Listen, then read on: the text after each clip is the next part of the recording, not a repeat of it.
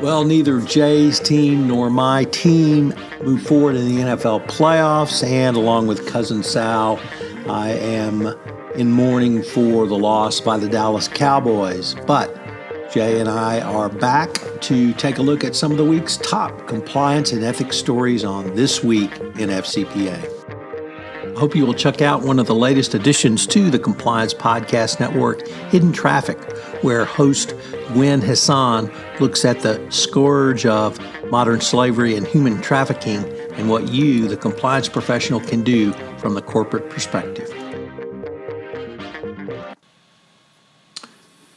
Hello, everyone. This is Tom Fox, the voice of compliance, back again with Mr. Monitors himself for This Week in FCPA, episode 287 for the week ending January 21, 2022, the Activision Blizzard Sold edition. As both Jay and Tom's team were unceremoniously kicked out of the playoffs this past weekend, we are back humbled to look at some of the week's top compliance and ethics stories in This Week in FCPA, the Activision Blizzard Sold edition. So, with a big welcome to our worldwide fans watching us on YouTube, LinkedIn, Twitter, and whatever other platform you might be on, welcome. And for those who are listening to the audio portion of this podcast, welcome. Jay, what say ye? I say that although we are a TikTok house here, so my girls listen to, I want to hear all about what's happening with Microsoft and Activision Blizzard. Give us the scoop. So this was the big deal of the week, Jay. Somewhere between 70 and 69 billion bid by Microsoft for Activision Blizzard in an all-cash deal. Hopefully you and I will see one of those kind of all-cash deals down the road. But really interesting. And obviously Microsoft took advantage of a distressed asset, and that distressed asset is Activision Blizzard. You and I have visited about their FUBARs and imbroglios several times on This Week in FCPA. We've explored them on Everything Compliance. Matt Kelly and I have taken a deep dive in compliance into the weeds, and a wide variety of other commentators have looked at the toxic culture, idiot CCO, recidivist CEO, as a wide variety of other things going on with Activision Blizzard. But Microsoft saw an opportunity, and apparently in December 2021 approached the CEO, the embattled CCO of Activision Blizzard, made an offer which he turned down, but said, come back with a higher price, which they did, and he accepted. Looks like the CEO is going to cash out potentially for $350 million. No word about the CCO and what she may get out of this, but I'm sure it's a pretty penny. Nevertheless, the reason it's in a compliance-related podcast, Jay, is we have to think that Microsoft is going into this deal with eyes wide open, and eyes wide open into the toxic culture of Activision Blizzard. Certainly, the CCO, the CEO, and those who've been involved in the entire imbroglios over the past 2021 and beyond will be cashed out, given golden parachutes, and said, thank you very much. And they will not be a part of the Microsoft culture going forward. But Microsoft's got a lot of work to do to change the culture at Activision Blizzard. There's going to be millions paid in fines and penalties around sexual harassment, sexual discrimination, and a wide variety of other claims that are being investigated by a wide variety of state and federal agencies. I certainly hope and suspect that Microsoft will carve out part of the purchase price to pay those fines and penalties, if not taking a discount on the stock value because of those. Nevertheless, a very bold move by Microsoft. And Microsoft wants to use this. Activision Blizzard obviously is a gaming company. It's not very clear at this point how Activision Blizzard would help them move into either Web 3.0 or the metaverse. But they're a gaming company, and they're a very successful gaming company. And I know you have toyed with gaming off and on in your various careers on the West Coast, and that it's big bucks. And to have an asset of the quality of games that Activision Blizzard creates, I think it would be a plus and is for anyone and is a plus for Microsoft.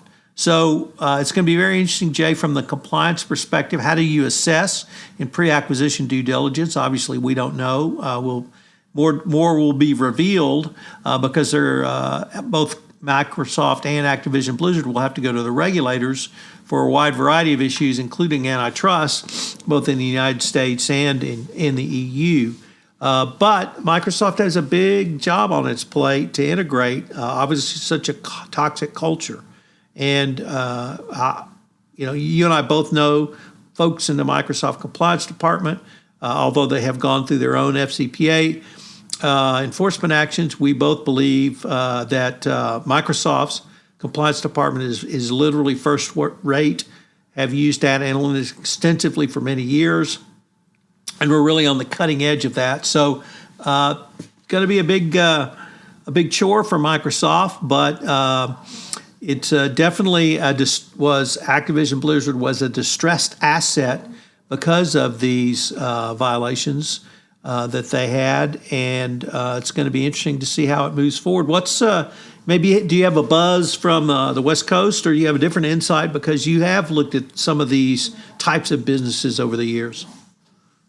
I wanted to throw a softball your way, and lots of times we're talking about successor liability when the acquirer goes into the transaction and doesn't know how deep the corruption or how big the problems are.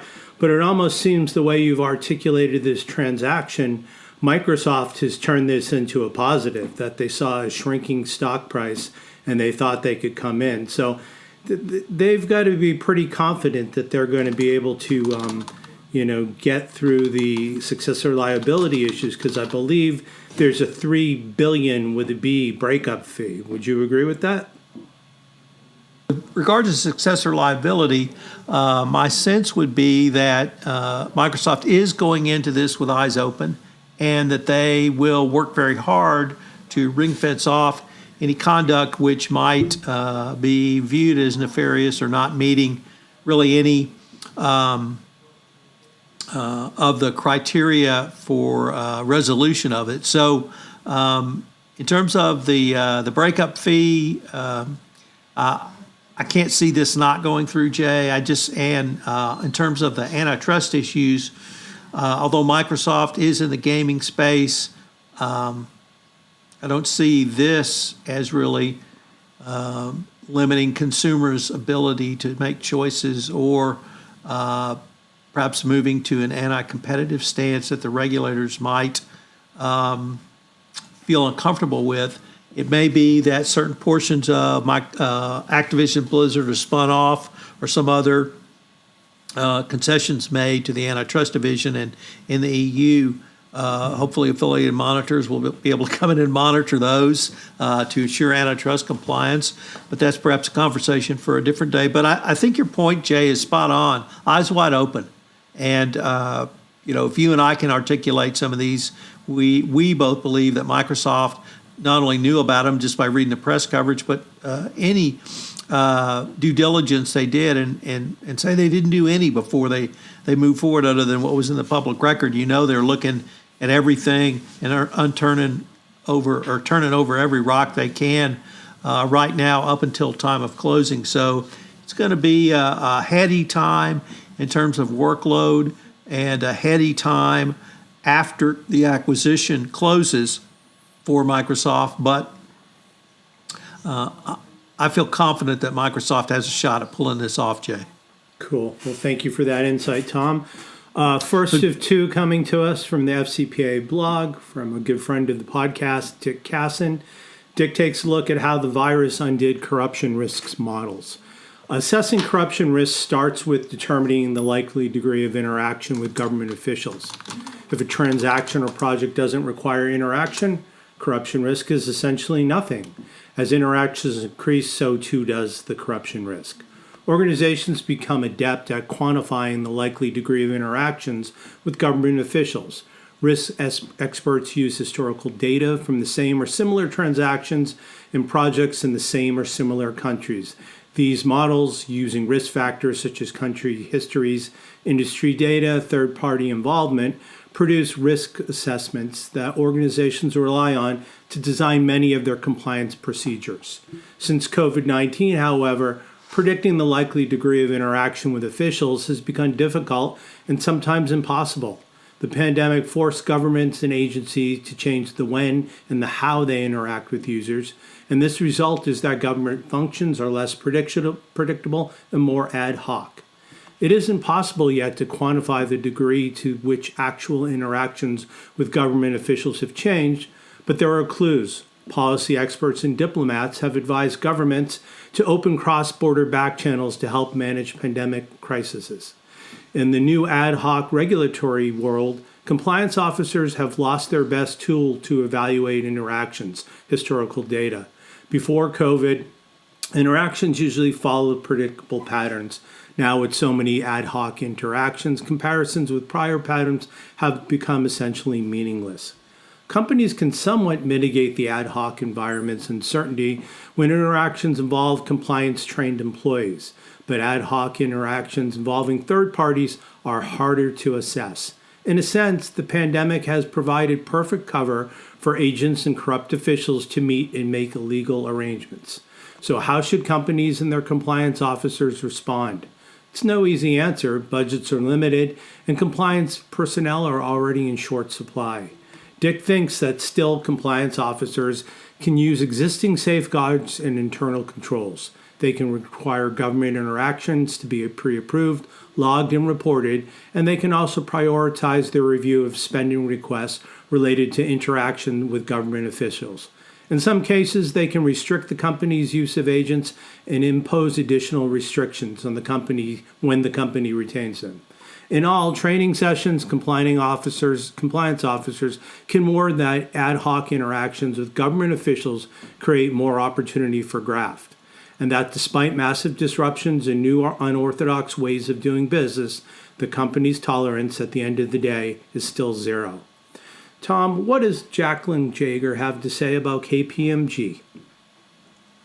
Jay, KPMG continues to just stumble and trip all over itself in the United Kingdom. Two enforcement actions were concluded this week that Jaclyn reported on. Conviviality involved severe reprimand for KPMG for breaches in audits. The audit partner was also fined. These were not intentional, dishonest, or deliberate, but nevertheless, conviviality really pulled the wool over the eyes of KPMG. I love KPMG's response, Jay. Chief Executive KPMG in the UK said, quote, "I'm sorry our work wasn't good enough in this instance," end quote. Well, I'm sorry you're sorry, but I'm sorry it's not good enough. Another settlement was perhaps a little more troubling, was Regenerous, and here we had the audit partner in Conviviality. The audit partner was fined some £85,000. In the Regenerous matter, we had the audit partner suspended for 3 years for making false and misleading information to the inspections. Here we had much more serious conduct. We had misrepresentations and non-cooperation in the investigation. And our friend Mr. Holt said, quote, KPMG CEO, Mr. Holt, that is, said the misconduct is a violation of our process and clearly goes against our values, end quote. Pretty clear it wasn't clear to KPMG that they shouldn't engage in lying, cheating, and stealing. So KPMG just continues to get into trouble in the United Kingdom. Yet more fines and penalties. Have to wonder when it's going to end, but very troubling, both of these. Nevertheless, at least we have them resolved. So, Jay, who's the person of the year in compliance, according to Mike Volkov, at least? Thanks, Tom. This comes to us from Mike's Corruption, Crime, and Compliance blog. And a couple weeks ago, he gave his predictions on what were going to be happening in 2022 in trends. And this where he nominates the person of the year as environmental, social, and governance, which we all call ESG. One of Mike's favorite New Year postings is under the title of Person of the Year, and in the past he's singled out chief compliance officers, chief executive officers, prosecutors, and even whistleblowers. But for 2021, he says the choice is obvious. The most important trend is the rise of environmental, social, and governance ESG programs. In second place, he would choose supply chain management and risk due to the importance of the supply chain during the post-pandemic world.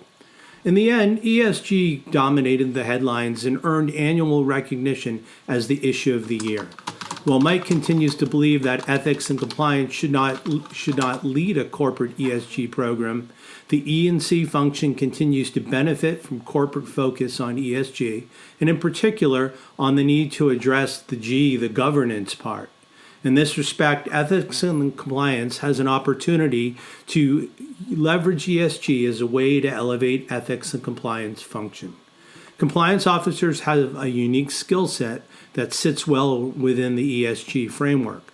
Compliance officers have line of sight across an organization and expertise in crafting internal compliance controls to mitigate risks. Like compliance, ESG programs depend on line of sight across the organization.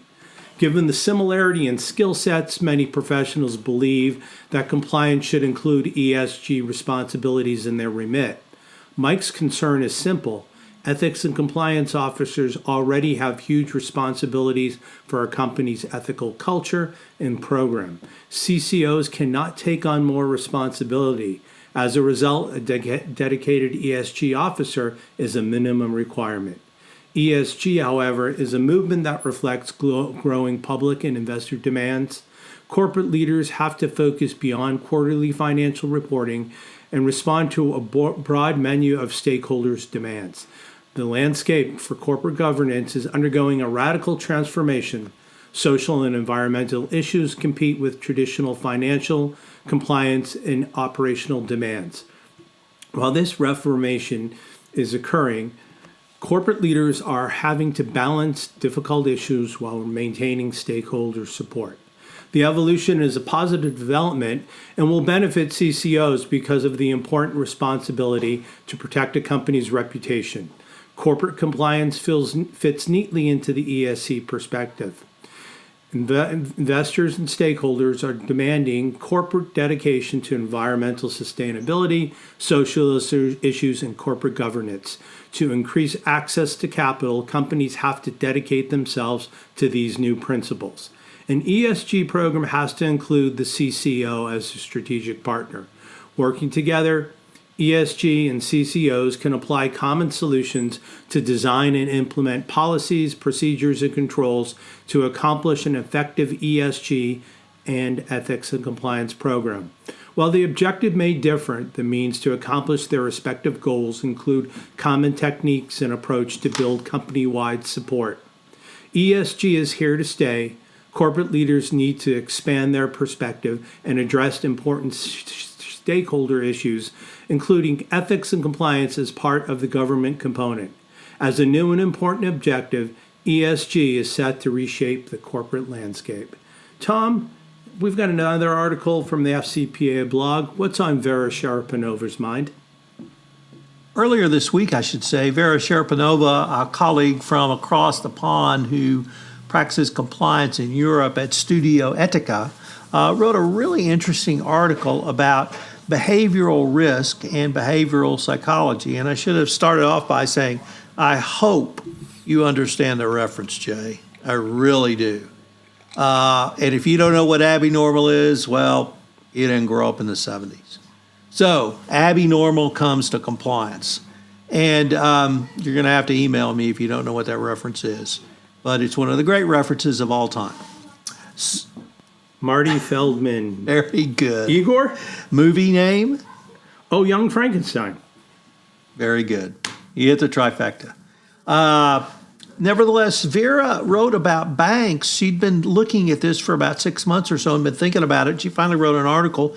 Had the chance to visit with her today a little bit earlier on it, and we're going to have a podcast on it in February on the FCPA compliance report, where we take a little bit deeper dive into it. But banks are using behavioral psychologists to help change their culture. And I found this really interesting, Jay. Even more interesting was that she said all of the banks she talked to, the behavioral psychologists came in to work for the bank and continue to work for the bank in the Department of Internal Audit, which stunned me, frankly. I had not thought internal audit would do anything that had a behavioral anything in front of it. Nevertheless, they're doing it. They're working to change culture in a bank.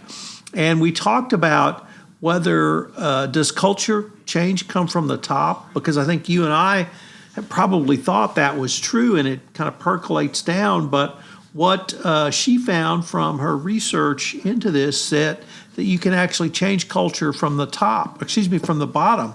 And she pointed out three things that are being done: behavioral risk assessments, which are really more than surveys, because you're looking at the entire employee life cycle, recruitment, incentives, and performance management.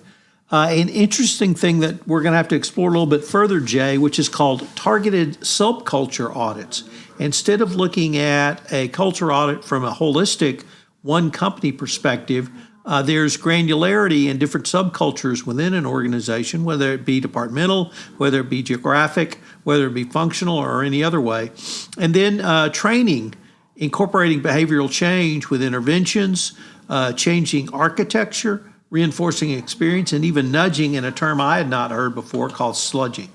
So lots to think about in this article. Vera said she's doing additional research, and she's going to be coming out with a paper or two down the road on this. But really, really interesting.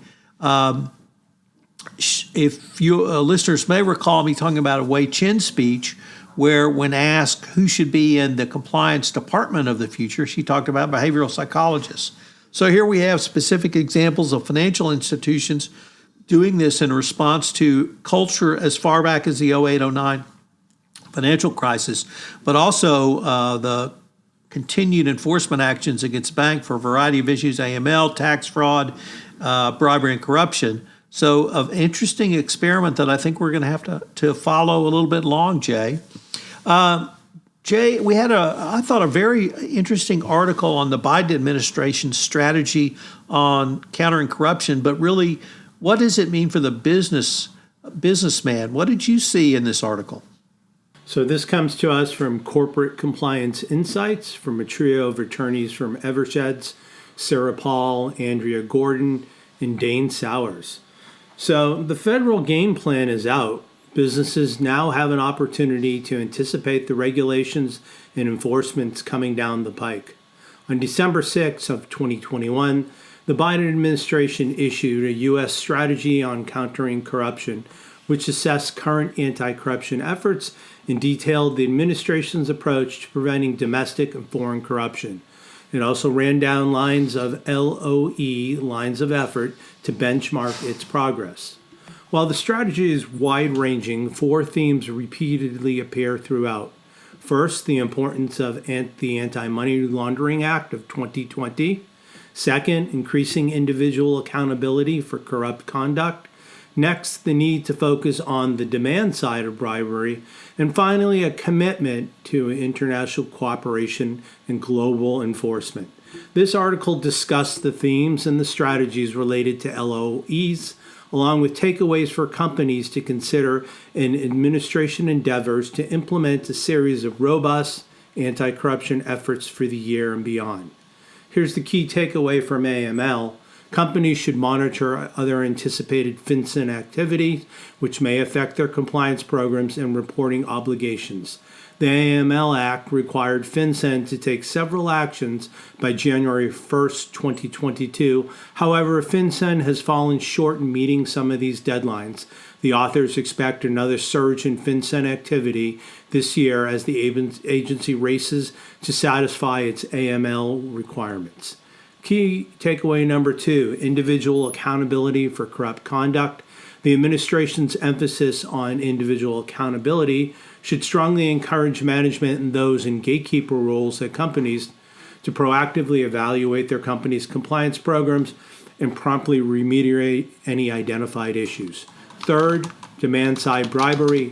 Companies should consider the DOJ's use of existing laws to combat those who demand or solicit bribes and monitor potential legislation that would enact new laws. And finally, key takeaway number 4, international cooperation. Companies should consider the ever-increasing cooperation, coordination, and information sharing between the U.S. and foreign regulators when conducting internal investigations, including when considering privilege issues and assessing whether to self-disclose to a regulator. The authors expect significant corruption activity in 2022 as the administration attempts to fulfill the strategy and its related LOEs. Companies should keep a close watch on progress. Tom, first visit of the year from our good friend Jeff Kaplan. What's on his mind? Before we hear from Jeff Kaplan, we're going to have a quick message from our sponsor.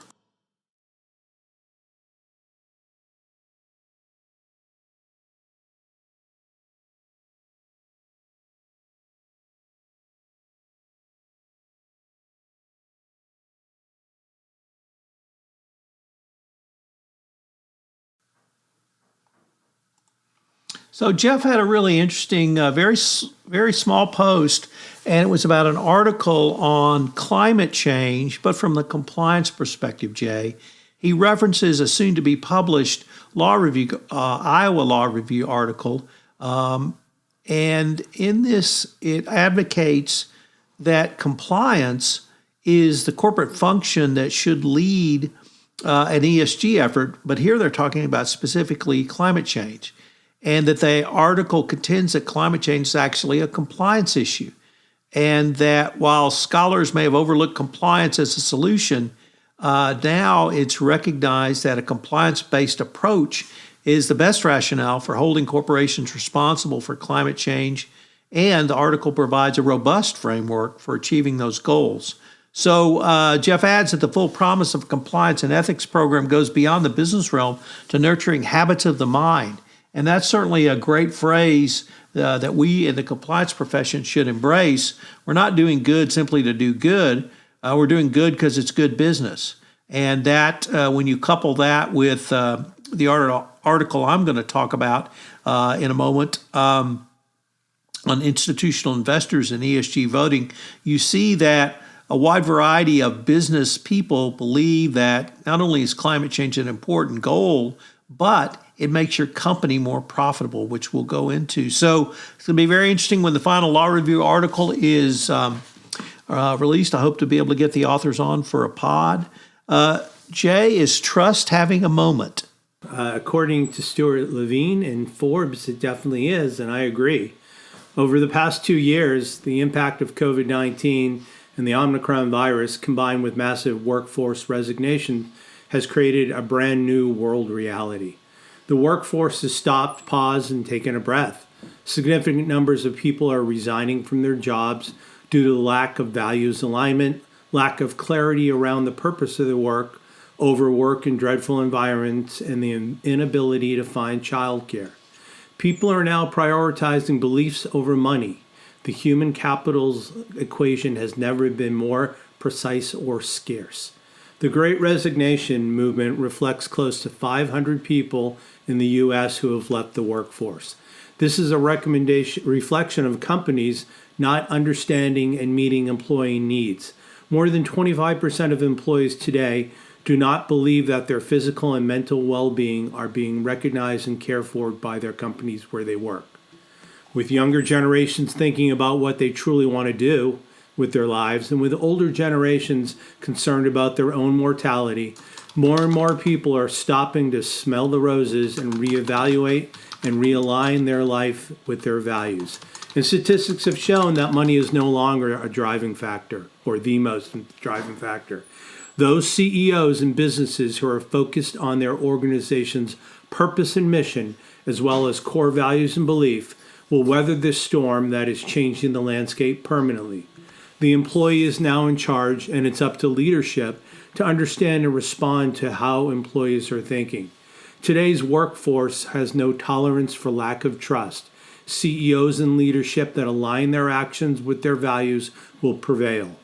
These used to be buzzwords, but no more. Strategic communication from leadership that creates linkage to values and ethics will not only affirm a foundation for innovation, but will ensure retention of employees and customers. Board CEOs and senior leaders must have a continual focus on the values and clarity of their organization's mission.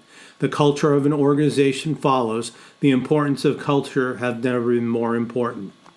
Repetition of values translates words into behaviors, and leadership must share their thinking on an ongoing basis and walk the talk.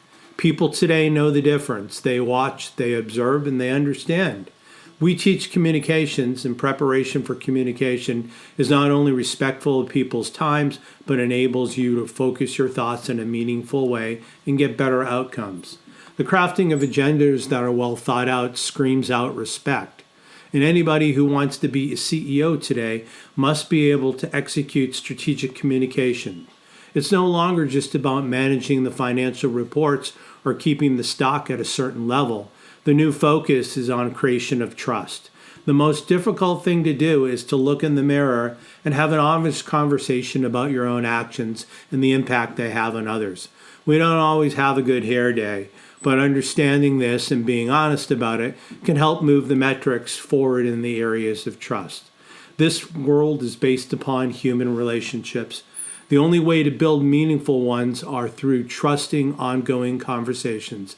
This is both true personally and professionally. So what does it take to do this? Well, focus on your end goals and shared values. You will then be able to strengthen your ability to achieve desired outcomes. It's your actions every single day. Trust is the basis for collaboration, innovation, and success. Life is more challenging than ever, but by pushing yourself to continue to learn and to grow, it makes life meaningful and joyful. Whether it's about sustainability, technology, or human connectivity, do it or get left behind. It's your choice to make today. Tom, what's Lawrence Heim thinking about with ESG this week? Well, Jay, I talked about in my last section about how various stakeholders are moving towards seeing ESG as a business positive. Well, here we have two institutional investor groups, State Street Global and Vanguard, issuing statements about their ESG expectations for holdings and proxy voting plans for 2021. And in climate disclosure, State Street Global, I had a chance to visit with Ben Colton yesterday. Once again, I'll post that podcast down the road on my ESG report. But in climate disclosure, SSGA, State Street Global, is looking for more and more rigorous climate disclosures in general, and specifically addressing climate transition plans that companies might have. And then he said something I thought really interesting, Jay. He being State Street Global, do not want to see divestiture. They want to see engagement. And they don't want investiture because typically it's the carbon emitting or a high carbon footprint business unit will be sold to private equity. And then there's really no public company oversight like there is with State Street Global. And State Street does engage with the companies it invests in. And the best example I could point you to is yesterday, Exxon announced a climate goal of carbon neutral by 2050. Well, that came partly in dialogue with institutional investors like State Street Global.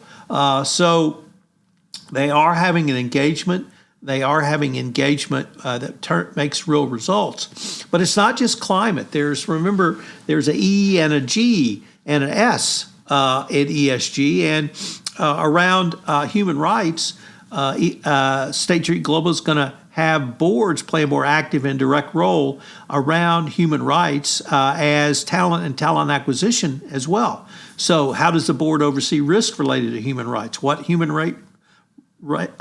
rights related risks does a company consider material? How does a company manage and mitigate those risks? And how does a company assess the effectiveness of its human rights management program? So lots to think about. And from Lawrence's article, where he details highlights from both State Street Global and Vanguard's release of proxy voting strategies, I would encourage every compliance officer to take a look at these, Jay, and then to see use them as a benchmark. Are these how your climate disclosures are being governed. Is your board taking these issues seriously? You can put forward these. And once again, I think it speaks directly to why compliance needs to take the lead in these, because many of these, Jays, are directly compliance-related issues. So, Jay, what's our final story this week? For the second week in a row, we return to NYU Law School's program on corporate compliance and enforcement. In the compliance and enforcement part of it, we've got a story from a couple attorneys from Cleary Gottlieb, Jeffrey Karpf, and Fernando Martinez. And the article is entitled, Returning to the Future of Work, Considerations for the Virtual Boardroom in the Post-Pandemic Era.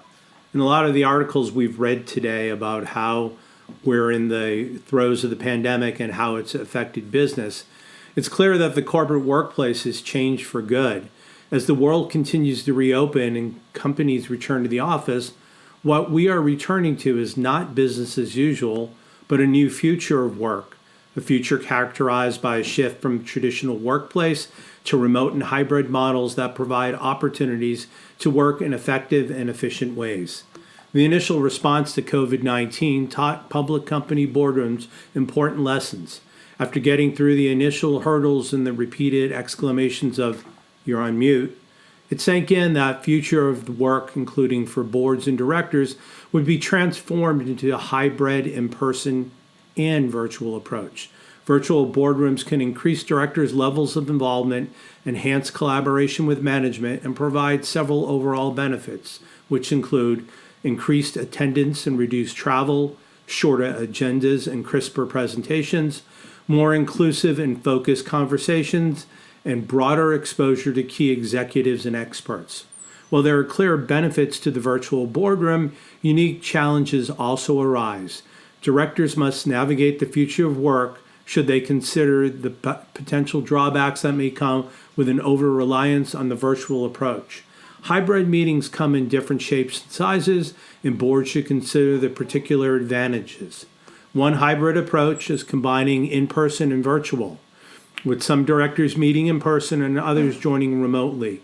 This approach allows for directors in the room to build personal relationships without sacrificing attendance, as directors unable to travel can join remotely.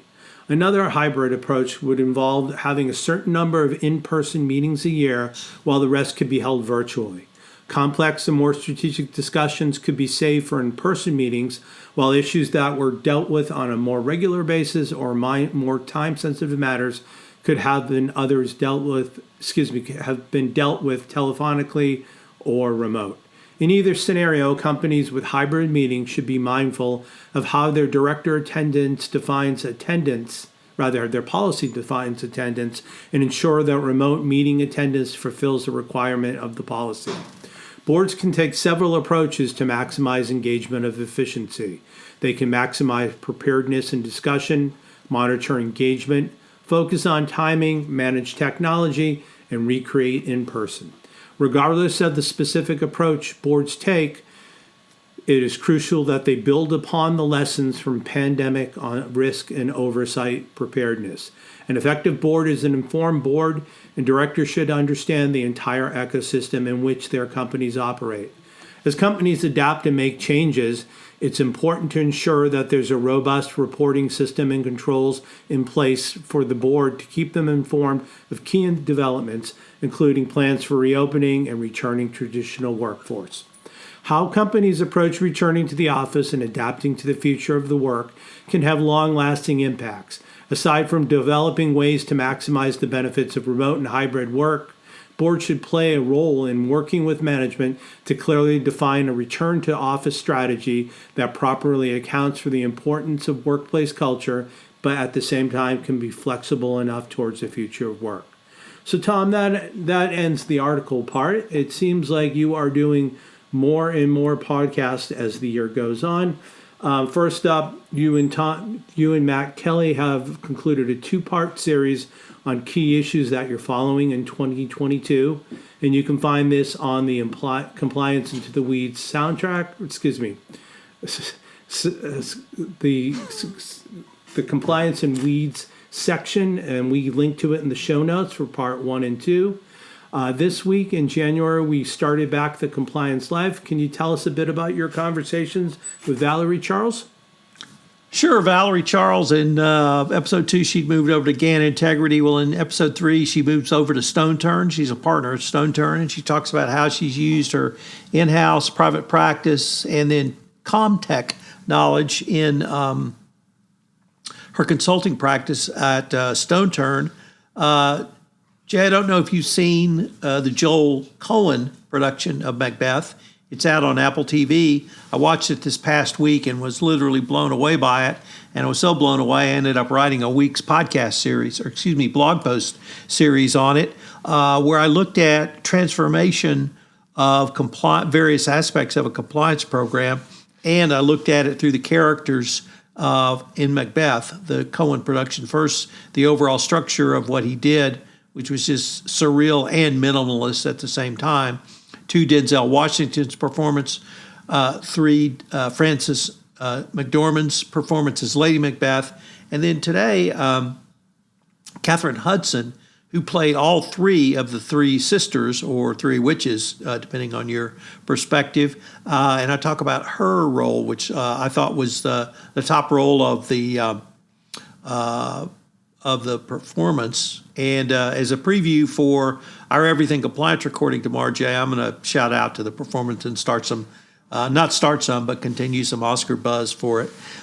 Jay, I'm extraordinarily proud to announce that next week I'll be premiering a new podcast series, Trial of the Century, the Enron Trial, where together with Lauren Steffi, who was the Houston Chronicle business columnist during the Enron Trial, which occurred in 2006, we're going to talk about the Enron Trial, a little about the background of Enron, obviously, but not really focusing on the fall of Enron, but really on the trial. It's going to be a great series.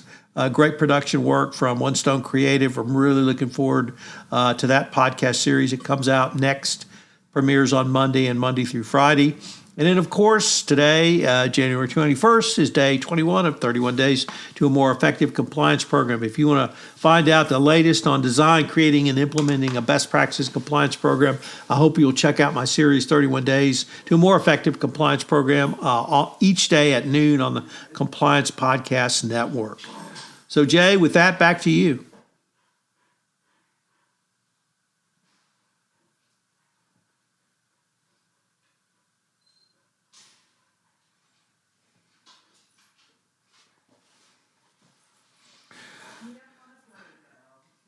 Yes, Jay. I published by CCI, Sara Haddon, the Year in Review and Compliance and FCPA.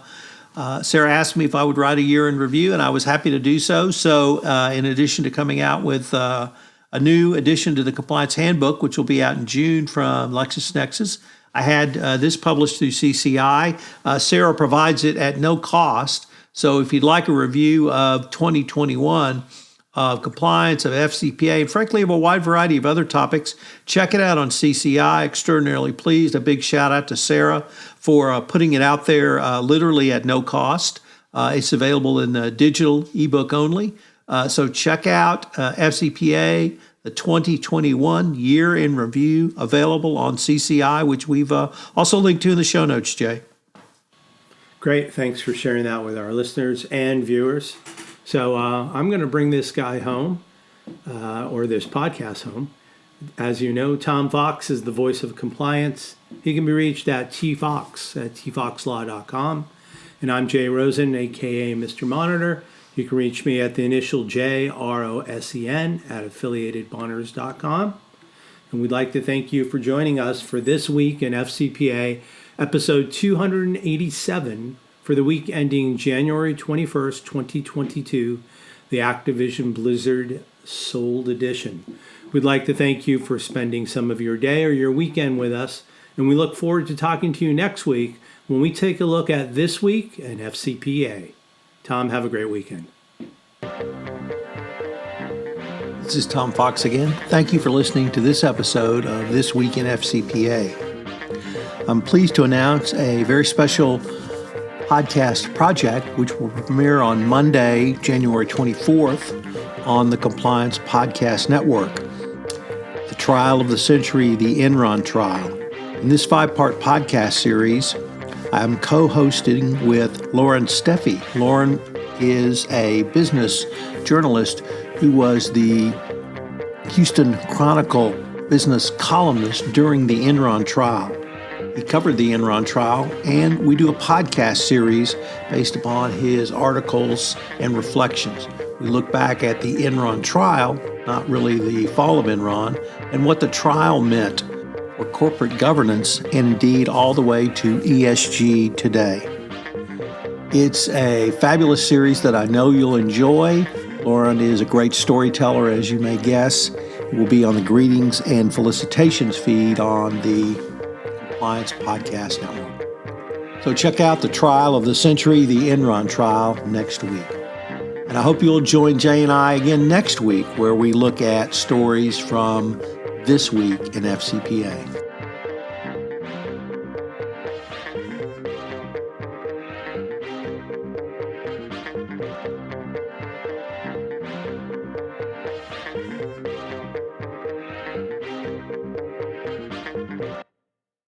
This podcast is a part of the C-Suite Radio Network.